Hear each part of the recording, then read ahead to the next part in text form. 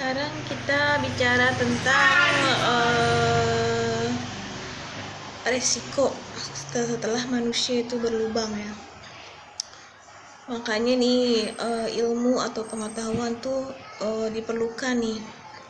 Resiko setelah manusia itu berlubang sampai akhir usia. Kan mereka menggunakan alat reproduksi terus nih sampai hormon itu habis nih ya. Ibaratnya diproduksi terus, apalagi ketika mereka berusaha dan mengalami kegagalan, mereka mengalami depresi sehingga reproduksi laki-laki dan perempuan terus dipacu nih, yaitu begitu kehidupannya. Nah, resikonya yang pertama mereka akan terkena penyakit.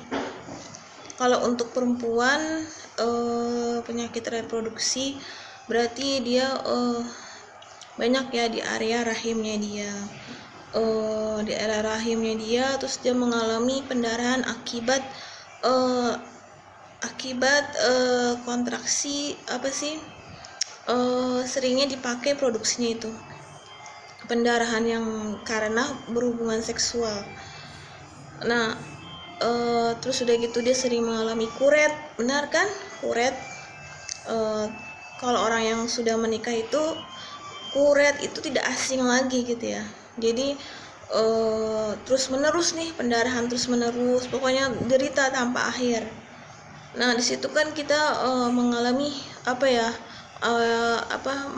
perempuan-perempuan tersebut yang sudah berlubang, ibaratnya yang sudah menikah, dia ibaratnya masih berjuang nih, apakah dia rumah tangganya berhasil atau tidak. Kalau mereka rumah tangga tidak berhasil, mereka akhirnya kawin lagi nih. Kalau ada yang mau kawin ya, ibaratnya ada yang janda-janda, pasti dia mencari untuk sebagai penopang hidupnya. Mereka kawin lagi dan mereka ngulang lagi kehidupan, dan itu banyaklah penyakitnya setelah manusia berlubang. Nah, sekarang kita bicara tentang laki-laki. Kalau laki-laki setelah dia nggak berjaka, dia akan dipakai terus saat reproduksinya. Setelah dia tua, dia akan mengalami stroke, dan dia lebih tua wajahnya, badannya lebih tua daripada usianya. Jadi tingkat stres laki-laki dibanding perempuan itu lebih besar laki-laki dalam mencari rezeki. Jadi makin laki-laki itu stres, dia makin menggunakan reproduksinya diguras terus, karena dia entah pakai apa tuh caranya reproduksinya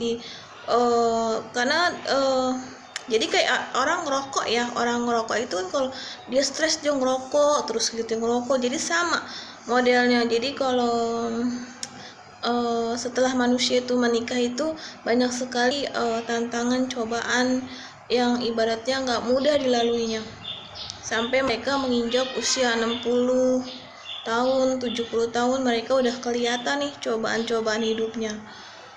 Jadi lebih tua daripada usianya. Dia umur 60 tapi kelihatannya seperti umur 90.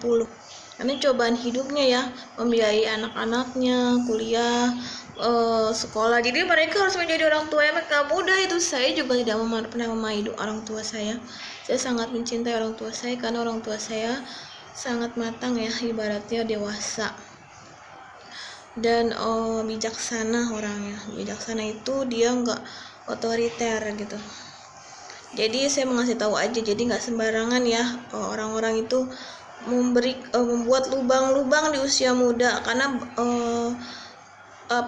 lubang itu akan menimbulkan banyaknya penyakit gitu ya dalam tubuh, penyakit apapun. Jadi nggak akan selesai nih melahirkan tiada usah. Jadi Anda bisa praktekkan sendiri, lihat dari area kucing ya. Kucing itu kan dia hamil 3 bulan setelah mereka dihamil lagi. Kalau manusia bedanya dia menggunakan KB, tapi itu juga bisa jebol KB-nya dan dia hamil terus. Nah, itu kan penderitaan tanpa akhir.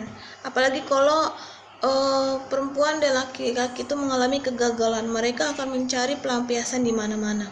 Jadi nggak mudah ya menjadi orang tua, tidak mudah menjadi orang yang ibaratnya saya sudah menikah nih, saya menjadi orang tua, tidak mudah. Makanya jangan sembarangan lah jadi orang itu, harus punya ilmu. Jangan juga ibaratnya